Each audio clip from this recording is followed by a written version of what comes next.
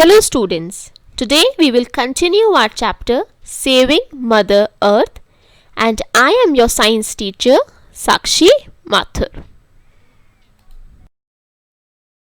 Topics which we are going to study in this video are about the biodegradable waste, the non-biodegradable waste, preventive measures of pollution, that is how can you prevent or what measures can you take to prevent the pollution, the 3 R's, that is the reduce, reuse and recycle. We will be discussing all the 3 R's and the World Environment Day. So let's start the video. Biodegradable waste. Biodegradable waste means the waste that can be decomposed by microorganisms. That means basically the vegetables and the fruit peels, that is the paper, they get mixed with the soil and they do not pollute it. They don't pollute the environment. They get mixed with the soil very easily. This type of waste is called as the biodegradable waste. They rot easily, that is they are decomposed by the microorganism. They are mixed with the soil. You can see in the picture that compost has been created from the vegetable peels and it can be used as a fertilizer for many of the plants, right? So the kitchen waste basically is called as the biodegradable waste, that can be decomposed by the microorganisms in the soil. They do not pollute the soil. In fact, they give rich nutrients. The soil becomes rich in nutrient part. Okay.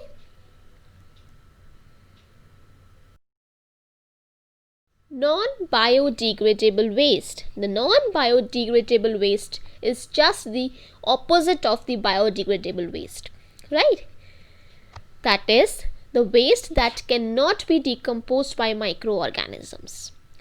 As you throw the non-biodegradable waste on the land or on the soil, they will not get mixed up with the soil for many years. They will not rot also. They will remain in the soil for a very long period of time and they also pollute the environment. So basically non-biodegradable waste pollutes the environment and the examples are plastic, polythene, rubber and metal. You all must have seen that whenever you throw a plastic bag, it remains there in soil for a very long period of time because it does not get mixed with the soil, right? So this is the example of non-biodegradable waste. That is the waste that cannot be mixed with the soil. Okay? And examples are plastics, polythene, rubber and metal.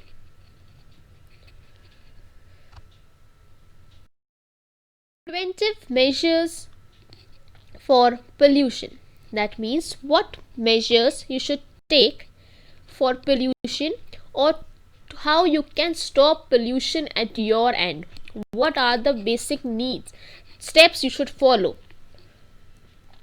First is the regular check of vehicles for air pollution. That is, whenever your vehicle should have a regular check of the pollution, that it is in a permissible limit, and the vehicles should use CNG and LPG kits filled in their vehicles. You can see in the picture that CNG and LPG kits are installed in the vehicle for preventing air pollution. We have learned that the factories release smoke into the air. So what is the preventive measure? What factories should do? They should build tall chimneys to release smoke and gases at a sufficient height. That means the smoke should go up into a atmosphere at a certain height so that it does not reach the human range, right? So they should have tall chimneys to release the smoke and the harmful gases into the atmosphere. The dirty water should be treated before letting it into the seas or the rivers. And we should not use plastic bags or the poly bags. I know my students will always take a cloth bag whenever they go outside for any grocery shopping or for any vegetable shopping, so that you should not bring poly bags at your home. And last and most important is the plant as much trees as you can. Plant more and more trees. So these are some basic steps which you should take at your end to contribute in preventing measures for the pollution. Okay, students?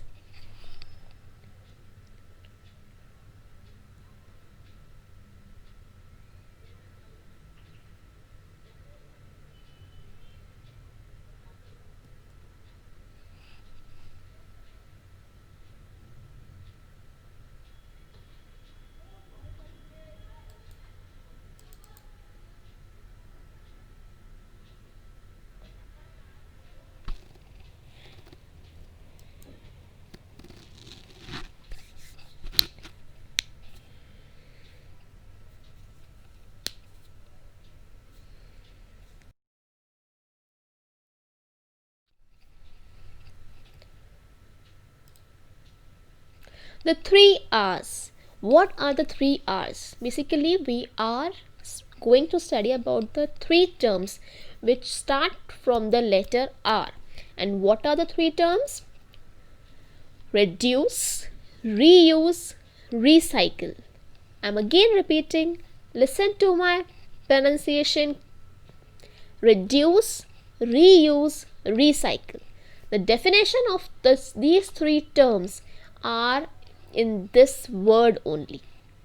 So let's study the 3 R's separately. Now students, the 3 R's, that is reduce, reuse and recycle, have a significant importance for protecting our environment.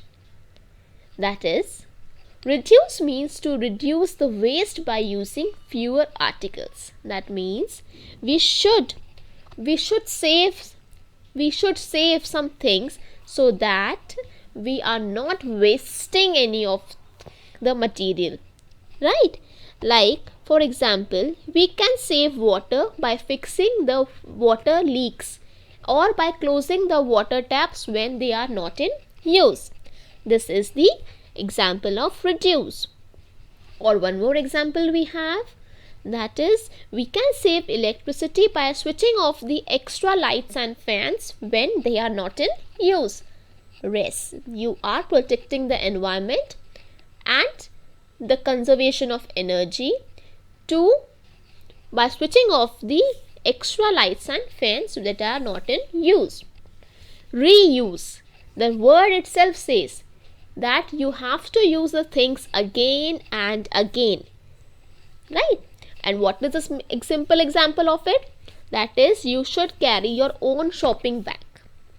Whenever you carry your own shopping bag with you, that is a cloth bag with you, whenever you come home, you can reuse that bag again for the next part of the shopping, right?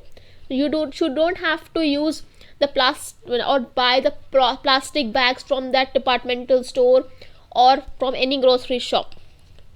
Or you can say that the glass containers which we buy, they can be like, for example, of a jam bottle. When the jam bottle is finished, you can use that bottle by after cleaning into some storage things in the kitchen. Yes, we can use some bottles of the glass or some bottles of the plastic by storing some kitchen things in that bottle. Okay, that means we are reusing these things again and again. The last is the recycle. That means to make the new things out of the waste products. Very important. Best out of the waste. You all must have heard this. That means whatever the waste is collected in your house, there might be some things which can be used or which can be transformed into the new things, right? Example, like some of the plastics can be recycled in making the tubes, or you can say the furniture or the vase. You can sell these plastics or any of the waste to the vendor who is coming to your house, so that these things can be used again and again, right? You can sell these things to the person who comes to your house to take the waste, so that he can deposit it and make new things out of the waste product. Some of the metals can also be recycled. Yes. Okay, so why these 3 R's are very useful for the earth point of for protecting our earth or for saving our earth? The 3 R's helps to cut down on the amount we throw away, right? As much amount we throw, it can be reused or reduced, or it can be recycled also. We should do all these 3 steps for protecting our environment, right? We can reduce the wastage of paper by reusing both the sides of the paper. And yes, at your age, we should turn off the water tap while brushing your teeth. I know my students will definitely do this. Whenever you brush your teeth, kindly switch off the tap when the water tap is not in use. So these were the 3 R's: reduce, reuse and recycle.